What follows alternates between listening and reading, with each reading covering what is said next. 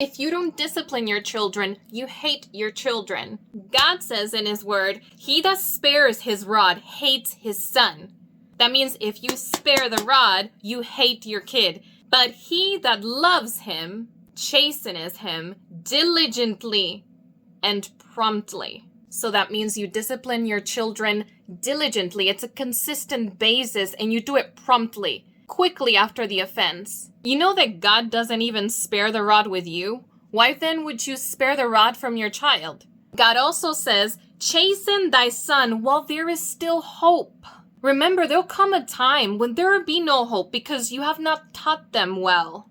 You have not disciplined them diligently. After a certain point, there'll be no hope. They'll grow up twisted. After you have disciplined them, if they turn out twisted, you did what you were supposed to. Everyone has free will.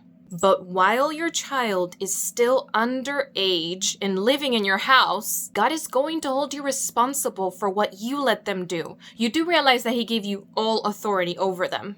If you don't want your child to dress in a certain way, don't let them dress in that way. If you don't want your child to go out with certain people, they don't get to go out with those certain people because you have the authority. And God says, and let not thy soul spare for his crying. So God says, do not let your soul stop yourself from spanking your child and disciplining your child just because he's crying. Don't let your child stop you even if he's crying. You do know that God chastens you even if you're crying to him because he loves you. If he hated you, if God hated you, he would never chasten you. So if you love your child, do not spare the rod and do it diligently. Discipline your child diligently. God is well aware that your child is going to cry and is going to be upset about it, and that's going to tug at your heart.